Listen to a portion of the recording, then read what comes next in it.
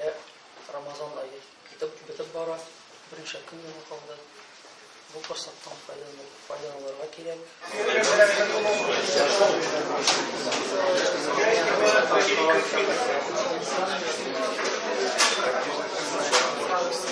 Alğa nindi maqsadlar qo'yasiz? 100 kunuzda kelasi 100 kun davlat ishlaydi.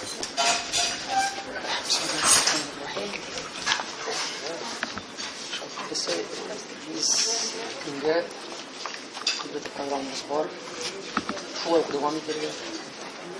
Müslümanlarımızla birleştirmeye, ondan sonra sentyabr ayında yana bir programımız bulacak inşallah. Bir tertiple bir program bu. Hazırda vakitte yana bir eski kitaplarımızı yanından bastırırız. Tatar şagirdlerimizin kitapları çalışacak inşallah. Bir misal olarak Şura 100 yıllık Şura diyen jurnal bulgan, orijinal обложкасы. 1996 yıldan biz onu yanından bastıra başladık. Bu birinci makale kadınca kısa Tatar şagirdleriyle hem Tatar resmi fikirlerimiz, ezber vazgeçlerimiz hem Hanefi mezhebimizin delilleri.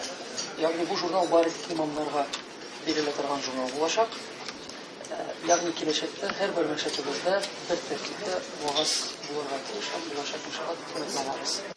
Kamil Hazretine elegelikten Fahrettinler zamanında, Ricalettin Fahrettinler, Barudiler zamanında müftiyet bitin o Tatar tili sağında turuşu olarak kabul edilgen. Bugünkü günde de müftiyet Tatar tili sağında turar mı? İş kağıtların yayısında üzara söyleşilerini, yazışılarını Tatar tiline alıp barasın mı? Şuna göre cevabımız. Bizim kitaplarımız Tatar tilinde şaha, Allah'a şükür. Söylediğiniz Şura diyen jurnalımızı bastırarız. Onu da Tatar tilinde. Bu yıl inşallah bir takvim, Tatar dini takvimi çalışacak. Tatar Müslüman kalemleri tercüme edip bular. Hazır vakitte biz iOS Apple kampanyasına, nasıl Android kampanyasına bir hadis verdik. İnşallah onlara da biz bu kerak bo'lganda biz buluşuruz. Hazır vakitte biz telefonlarımızla Tatarcha ko'shiramiz. Yani ko'shiramiz deganda yana bir so'zlar topishga tirishamiz. Sözün için